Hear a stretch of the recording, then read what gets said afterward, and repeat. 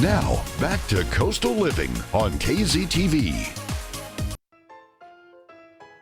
Hey guys, here at Coastal Living, we are celebrating National Hispanic Heritage Month. So Jocelyn and I came up with a few ways that you can celebrate with your kids or family at home.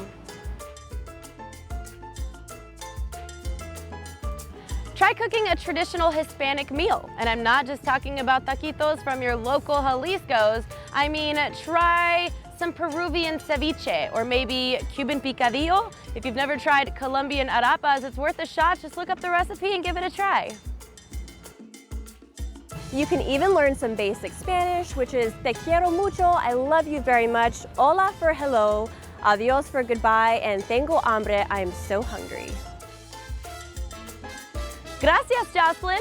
We can also honor Hispanic people like Guillermo Gonzalez Camarena, who was a famous Mexican engineer from Guadalajara that invented the color wheel, which helped make black and white TV a thing of the past.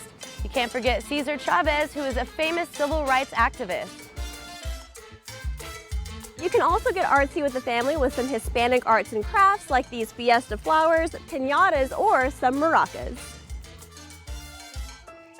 Of course, my favorite way to celebrate Hispanic Heritage Month is by listening to Hispanic music. There's so many different artists out there like J-Lo, Shakira, Christina Aguilera, or even people like Rosalia, who's an up-and-coming artist, Maná, and our Corpus Christi favorite, Selena. As you can see, there are so many ways to celebrate Hispanic Heritage Month, so pick your favorite and make sure you share photos and stories with us on our Coastal Living TV Facebook page. Adios.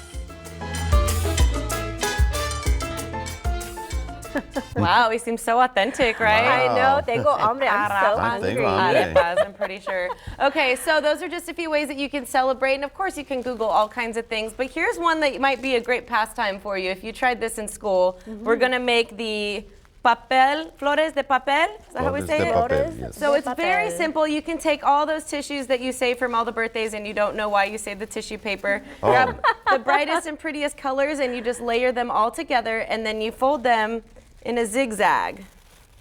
So y'all have yours pre-made. We're ready. I'll just stand. We did kind of like accordion, over, under, over, under, right? We can all do that. Okay. So once you get to that part, you can take your scissors and you can cut different shapes. So you can cut a triangle, you can cut just one angle. Jocelyn has like a scoopy shape. Hers looks like a heart on the outside. Mine's cute. Mine is yeah, you have little picos. Piquitos, I love it. And it looks like a seashell in a way, or a right? fan, right? Oh, yes, Mexican like fan, see? 2 in 1. Fanning myself. And then all you need is one of these little pipe cleaner things in a fun color. Of course, we don't smoke pipes, but we have colorful cleaners.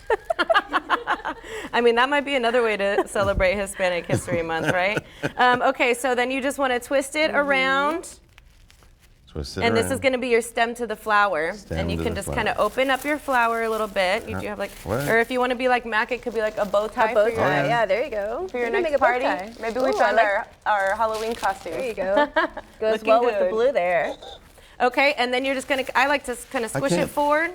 So kind of flap them in together. Oh, I see. And then just take them and start separating. Oh. And it doesn't have to be perfect because you almost want it to be like a messy flower. And you just start separating the colors.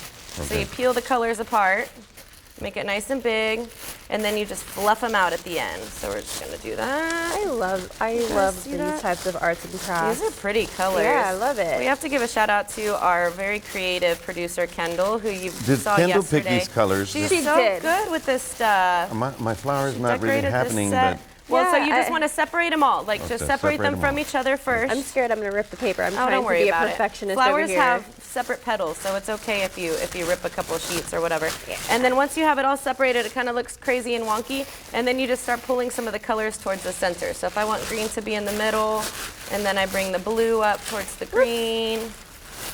And this is so much fun to do with the kids, and it's really simple, which I love. So another little incentive when they get home from school to say, hey, if you finish your homework, you can make these beautiful, what is it? Flores de papel. And then you just kind of squish it together in the front. And look at that. See? So pretty. Wow. Mac, we still got work to do over there. We still have a little bit of work to do, but that is the end result. All right, so while we figure this out, we've got some Mac trivia. Okay, well, the